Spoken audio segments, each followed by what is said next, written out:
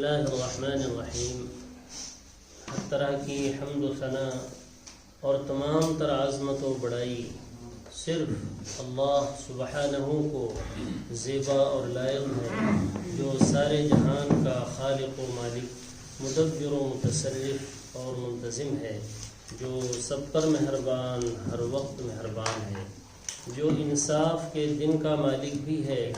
اے اللہ، آپ ہی کی ہم سب عبادت کرتے ہیں اور کرتے رہیں گے، اور آپ ہی سے ہم سب مدد مانگتے ہیں اور مانگتے رہیں گے۔ اے اللہ، ہم سب کو اپنی رضا والی جگہ جنت کا سیدھا اور سچا راستہ دکھا کر اس پر چلا دیجئے، یعنی نبیین، صدیقین، شہداء اور صالحین کے راستے پر، جن پر آپ نے اپنا فضل و انعام فرمایا، جو نہ تو یہود کی طرح عملی کوتاہی کی وجہ سے آپ کے غضب اور غصے کی زد میں آئے، اور نہ ہی نصارہ کی طرح علم کی کمی کی بنا پر راستے سے بھٹکے۔ آمین۔ اے اللہ، ہماری اس دعا کو قبول فرما لیجیے۔ درود و سلام نازل ہو تمام انبیاء اکرام پر، خصوصاً آخری نبی محمد صلی اللہ علیہ وآلہ وسلم پر، آپ کی آل اور اصحاب پر۔ اما بعد، فاعوذ باللہ من الشیطان الرجیم، بسم اللہ الرحمن الرحیم۔ قل يا عبادي الذين أسرفوا على أنفسهم لا تقنطوا من رحمة الله إن الله يغفر الذنوب جميعا إنه هو الغفور الرحيم وأنيبوا إلى ربكم وأسلموا له من قبل أن يأتيكم العذاب ثم لا تنصرون واتبعوا أحسن ما أنزل إليكم من ربكم من قبل أن يأتيكم العذاب بغتة وأنتم لا تشعرون أن تقول نفس يا حسرة على ما فرطت في جنب الله وإن كنت لمن الساخرين أو تقول لو أن الله هداني لكنت من المتقين أو تقول حين ترى العذاب لو أن لي كرة فأكون من المحسنين بلى قد جاءتك آياتي فكذبت بها واستكبرت وكنت من الكافرين ويوم القيامة ترى الذين كذبوا على الله وجوههم مسودة أليس في جهنم مثوى للمتكبرين۔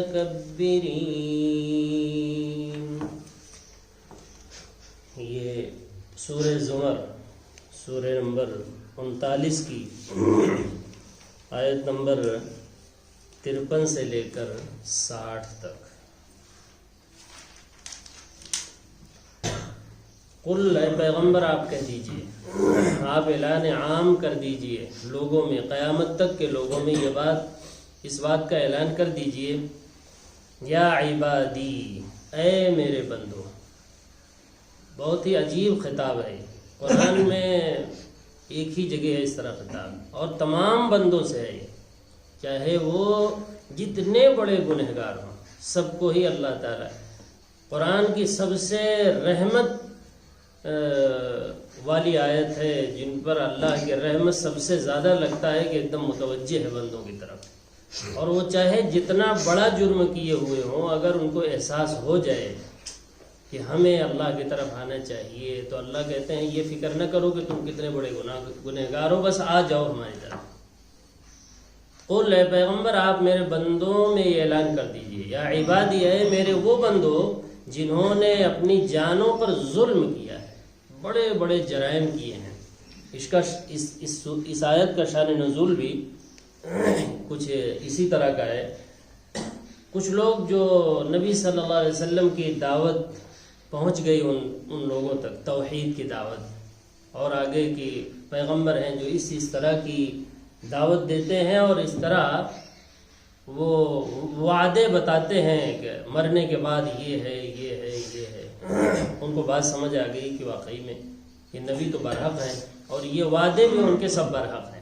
جو وعدہ وہ کر رہے ہیں جنت کا، اگر فرما برداری والی زندگی اختیار کی اور اگر نافرمانی والی زندگی اختیار کی تو جہنم کی وعید ہے.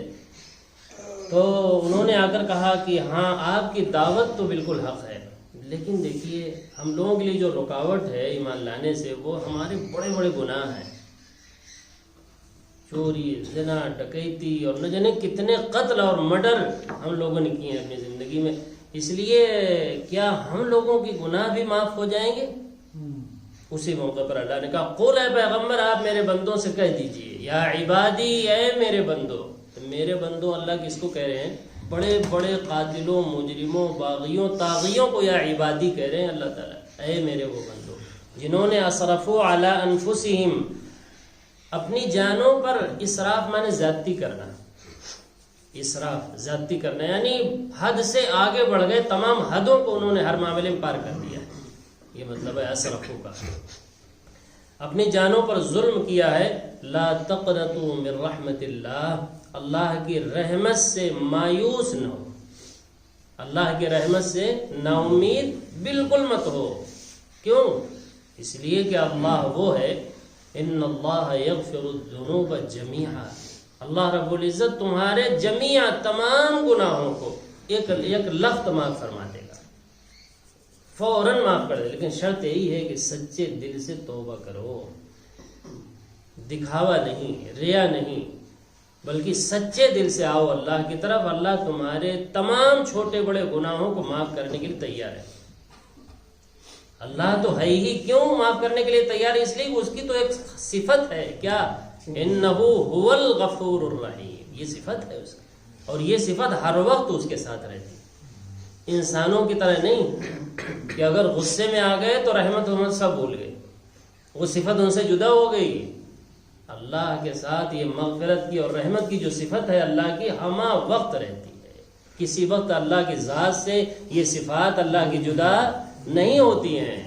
انہو هو الغفور الرحیم، بے شک اللہ تعالیٰ تو ہے ہی بہت معاف کرنے والا اور اپنے بندوں پر بہت رحم کرنے والا. لہذا اللہ کی رحمت سے گنہگاروں کو بھی مایوس ہونے کی ضرورت نہیں ہے.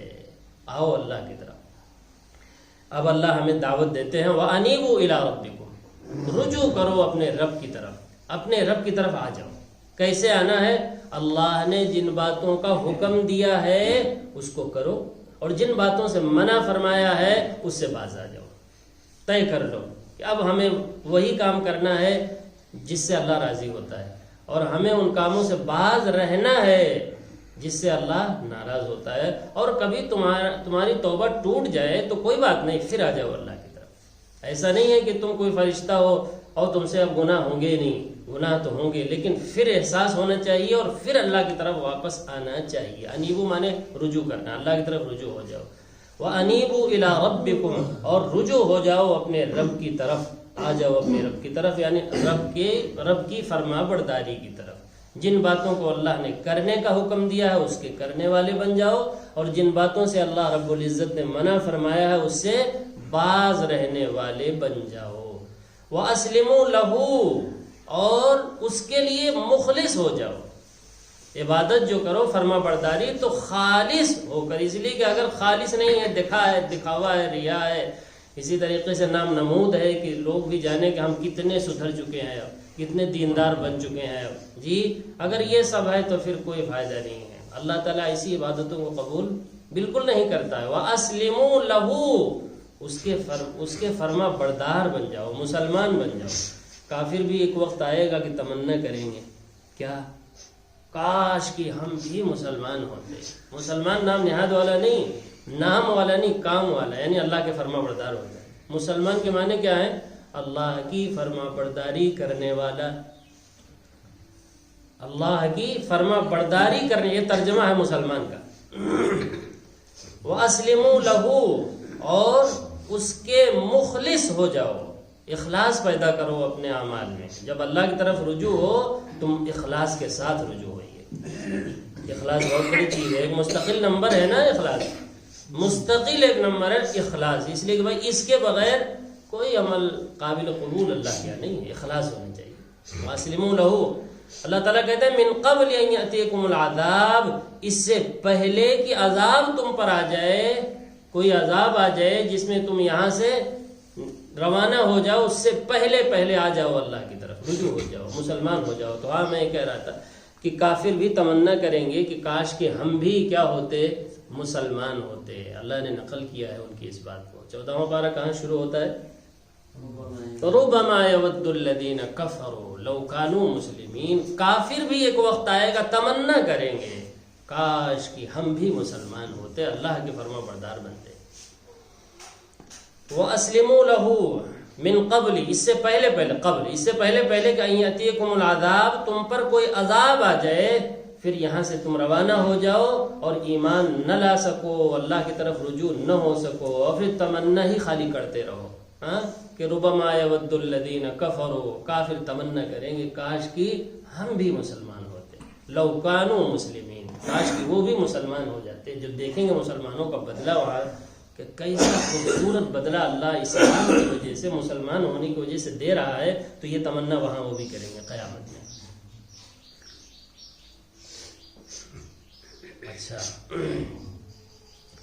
اچھا جب اللہ کی طرف رجوع ہوں گے تو نصاب کیا ہوگا، یہ اہم بات ہے. کس نصاب سے اللہ کی طرف متوجہ ہوں گے؟ خود ساختہ، مولویوں کو بنایا ہوا، زمین میں لکھایا گیا؟ اللہ کے یہاں کوئی اعتبار نہیں اس کا. ایک بار نہیں، دسیوں بار بلکہ سینکڑوں بار یہ بات آ چکی ہے، آج پھر آ رہی ہے بہت.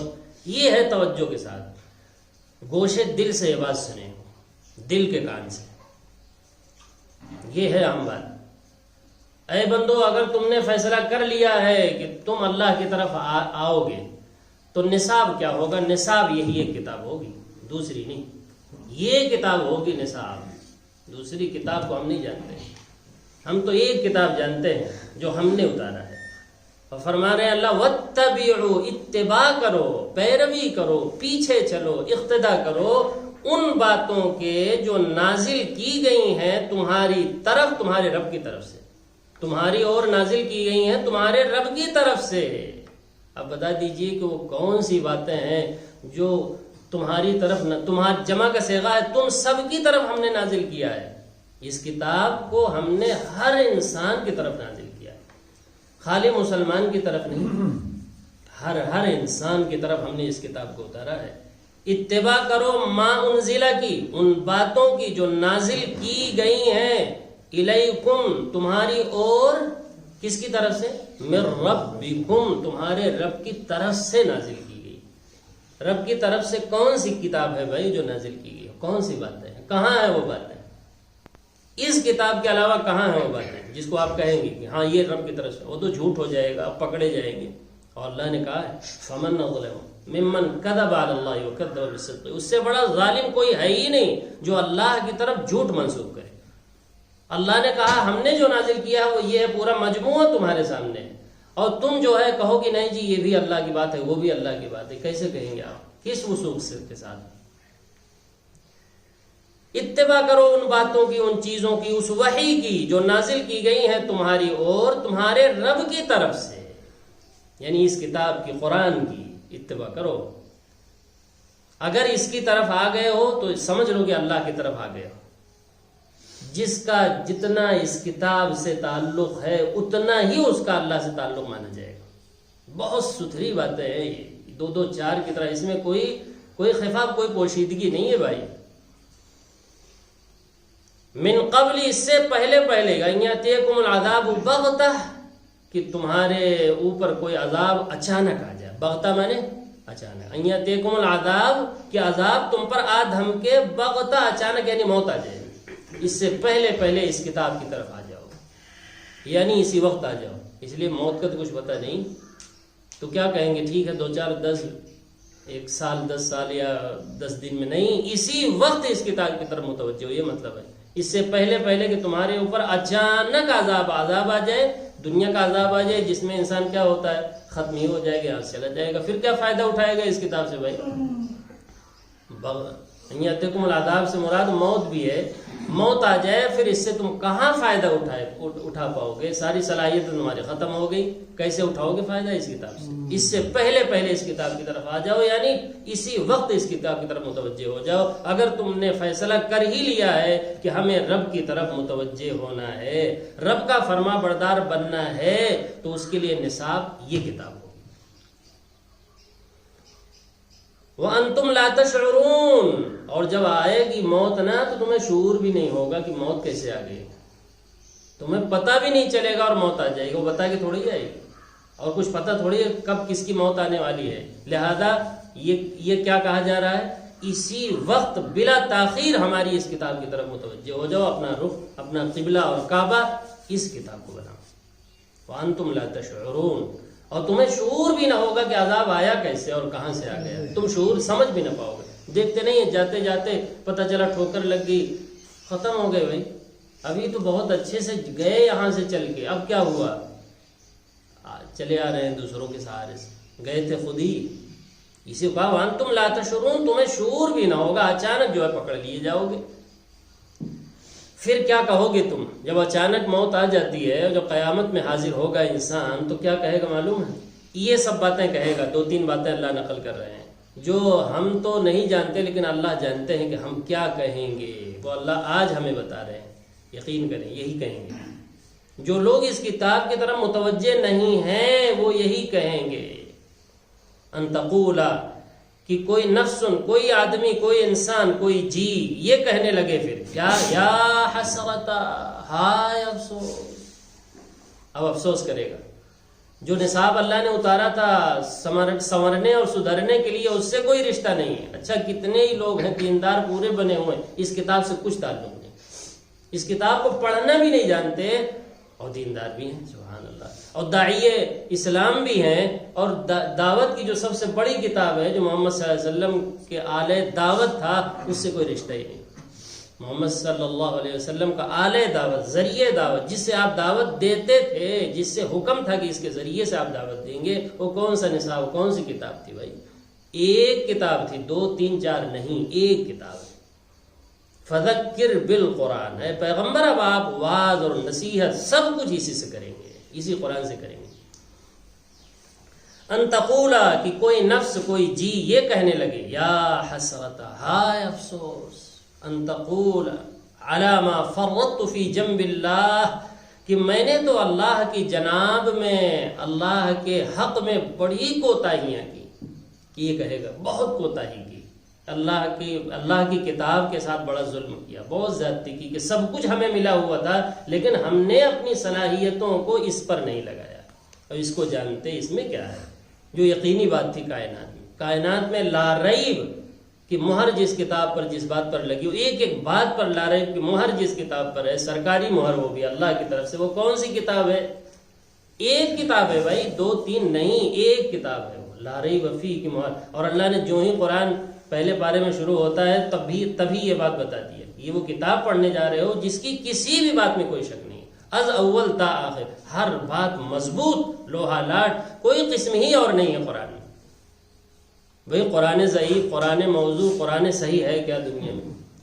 قرآن تو جو کچھ ہے صحیح ہی صحیح ہے، لا ریب بھی لا رہے ہیں، باقی اس کے علاوہ چلے جائیے آپ، وہاں ضعیف بھی ہے، کمزور بھی ہے، ایک کے نزدیک ایک بات صحیح ہے، دوسرا کہتا ہے جی ضعیف ہے، ایک فرقہ کہتا ہے یہ صحیح ہے، دوسرا کیا کہتا ہے نہیں صحیح ہے، بہت آرام سے اس کا انکار کر دیتا ہے، گنجائش اس لیے کہ واقعی میں لا ریب نہیں ہے کوئی چیز، لا ریب تو ایک ہی کتاب ہے، از اول تا آخر ہر بات لا ریب کی مہر جس پر ہے، وہ کائنات میں صرف ایک کتاب ہے، 2 نہیں ہے، ایک کتاب ہے۔ کیا کہے گا؟ نفسن، کوئی آدمی پھر یہ کہنے لگے، یا حسرت، ہائے افسوس، علی ما فرطت فی جنب اللہ، کہ میں نے تو اللہ کی جناب میں، اللہ کے حق میں بہت کوتاہیاں کی۔ اب احساس ہو رہا ہے، لیکن اب احساس ہونے سے کیا فائدہ ہوگا؟ کوتاہی کا احساس اللہ کے حق میں، اللہ کے اوامر میں، نواہی میں، اللہ کی باتوں میں کوتاہی کی، لیکن اب جو ہے کیا فائدہ ہوگا؟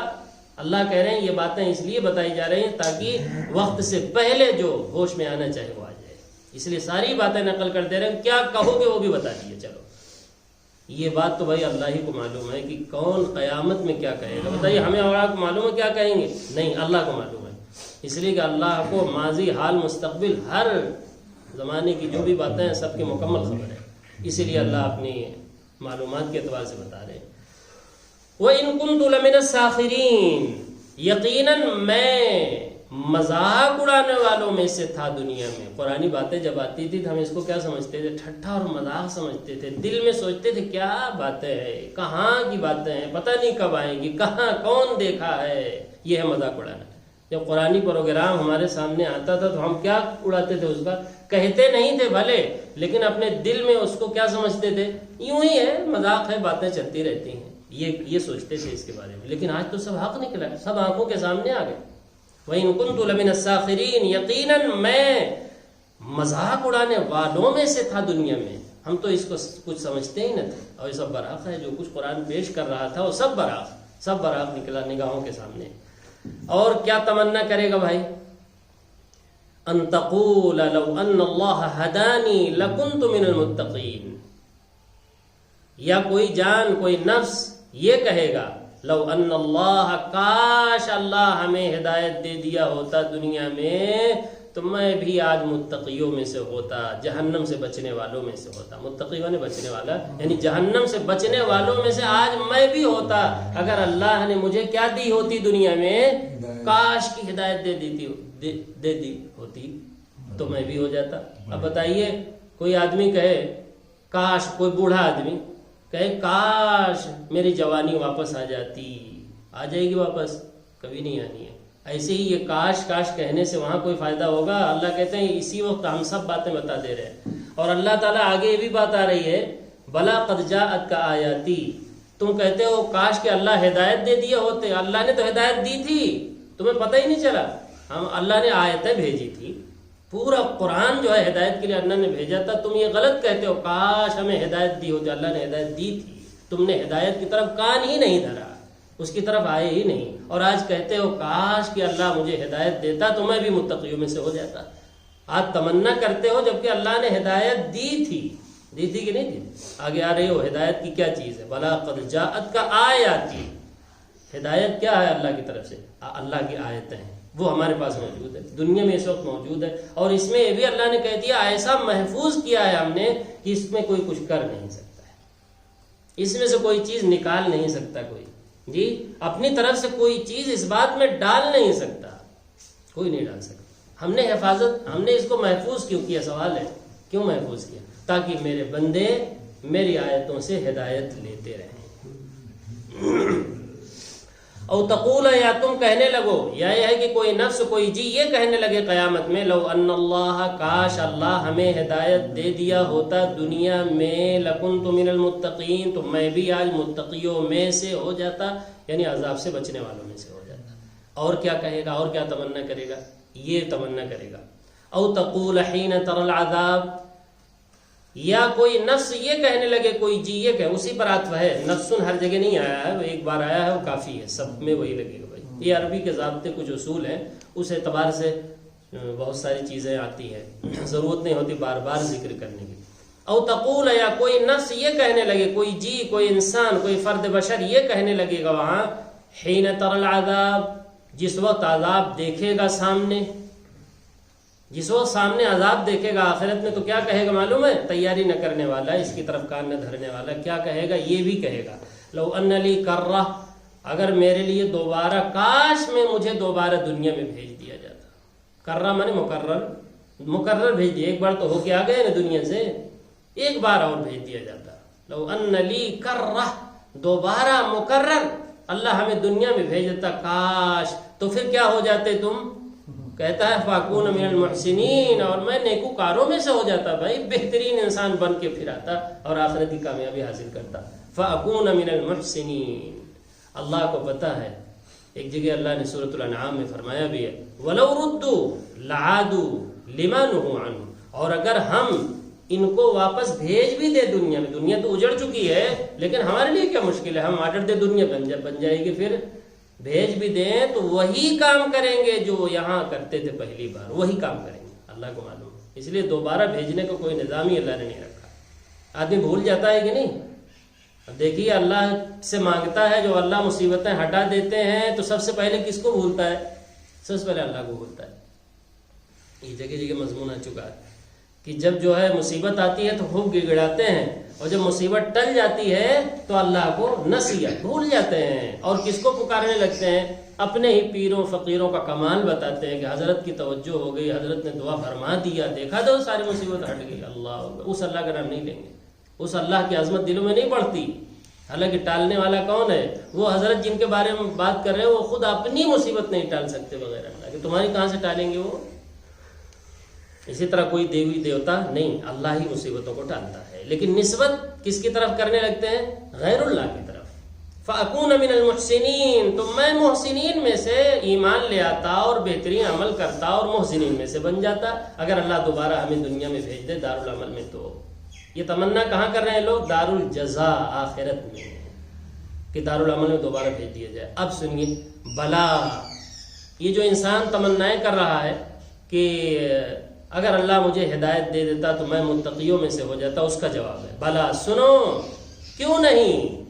ہاں ہاں، تمہارے پاس میری آیتیں آ چکی تھیں، میں نے ہدایت دے دیا تھا دنیا میں، اور ہدایت کو ایک دم محفوظ کر دیا تھا، اسی لیے محفوظ کیا تھا تاکہ لوگ اس سے بھرپور طریقے سے فائدہ اٹھا لیں، اور اللہ کا کیا نظام و پروگرام ہے سمجھ لیں اور اس کے مطابق تیاری کر لیں۔ ہم نے تو ہدایت دی تھی، تم آج کہتے ہو کاش کی ہدایت دے دیتا۔ اس کا مطلب تو یہ ہے کہ اللہ نے ہدایت نہیں دی، حالانکہ اللہ نے ہدایت دی ہے۔ وہ ہدایت کیا ہے؟ یہی آیت ہے جس سے لوگ کیا کرتے ہیں بھائی؟ بے رخی کیے ہوئے ہیں، منہ موڑے ہوئے ہیں اپنا۔ بلا، ہاں ہاں، قد جاءت کا، یقیناً، قد مانے یقیناً، حقیقت ہے، سچائی ہے، یقینی طور سے تیرے پاس آ گئی ہیں آیاتی، میری آیتیں، ہدایت کی صورت میں۔ تم اسے ہدایت لیتے نہیں، اور آخرت میں آنے کے بعد کیا کہہ رہے ہو؟ کاش اللہ ہدایت دیتا تو میں بھی متقیوں میں سے ہو جاتا۔ فَكَذَّبْتَ بِهَا، جب آیتیں آئی تھی دنیا میں تو کیا کیا اس کے ساتھ؟ فَكَذَّبْتَ بِهَا، اس کو جھٹلا دیا، اس کو یوں ہی کچھ نہیں، خاطر ہی میں نہیں لائے، منہ موڑ لیا اس سے، کچھ نہیں سمجھا۔ فَكَذَّبْتَ بِهَا، اس کی تکذیب کر دی، جھٹلا دیا آیتوں کو۔ وَاسْتَكْبَرْتَ، اور اس کے مقابلے میں اکڑ دکھانے لگے، تکبر کرنے لگے۔ وَكُنْتَ مِنَ الْكَافِرِينَ، اور اے بندے جو کہہ رہا ہے اللہ ہمیں ہدایت دیتا تو میں متقیوں میں ہو جاتا، تو متقیوں میں سے کہاں ہو جاتا؟ تو ہے ہی کافروں میں سے، انکاریوں میں سے۔ میری باتوں کا جب باتیں آئی، میری آیتیں آئیں تو کیا کیا؟ انکار کر دیا، اور اس کے مقابلے میں اکڑ دکھانے لگا، تکبر کرنے لگا۔ تکبر کسے کہتے ہیں؟ تکبر نام ہے بھائی دو چیزوں کا، دو چیزوں کا نام ہے تکبر۔ نمبر ایک، بطر الحق، حق بات کا انکار کرنا، یہ تکبر ہے۔ کوئی بھی حق بات آئے، خاص طور سے اللہ کی کتاب جو سراپا حق ہے، اس کی بات آئے تو انسان انکار کرے تو یہ ہے متکبر آدمی۔ اللہ کی باتوں کا انکار کرنے والا یا کسی بھی حق کا انکار کرنے والا، یہ متکبر آدمی ہے۔ نمبر دو، غمط الناس، لوگوں کو حقیر جاننا، لوگوں کو حقیر جاننے والا بھی کیا ہے؟ متکبر ہے۔ ان دو حدیث میں، مسلم شریف کی روایت ہے، تکبر نام ہے دو چیزوں کا، بطر الحق، غمط الناس، حق بات کا انکار کرنا، ایک تو یہ تکبر ہے، اور دوسرے لوگوں کو حقیر سمجھنا، اپنے سامنے کچھ ان کو سمجھنا ہی نہیں، اپنے ہی کو سب سے بڑا اور بھلا سمجھنا، یہ بھی کیا ہے بھائی؟ یہ بھی تکبر ہے۔ وَاسْتَكْبَرْتَ بِهَا، تو حق بات آئی تو کیا کر دیا تم نے؟ استکبار کیا، یعنی انکار کیا، بطر الحق۔ وَكُنْتَ مِنَ الْكَافِرِينَ، اور اے تمنا کرنے والا، ہدانی لَكُنْتُ مِنَ الْمُتَّقِينَ، تو تھا ہی اللہ کے علم میں کس میں سے؟ کافروں میں سے۔ تو کہاں ہدایت لے سکتا تھا دنیا میں؟ یہاں آنے کے بعد تمنا ضرور کر رہا ہے۔ اگلی آیت انشاءاللہ کل اللہ تعالیٰ سے دعا ہے کہ قرآنی باتوں کو پوری توجہ کے ساتھ، عظمت کے ساتھ، محبت کے ساتھ سننے کی، سمجھنے کی، اور پھر اس پر اخلاص کے ساتھ عمل کرنے کی توفیق عطا فرمائے۔ جب تک زندہ رکھے صحیح ایمان، صحیح اسلام پر زندہ رکھے، جب موت آئے تو صحیح ایمان، صحیح اسلام پر موت آئے۔ سبحانک اللہم و بحمدک، اشہد ان لا الہ الا انت، استغفرک و اتوب الیک۔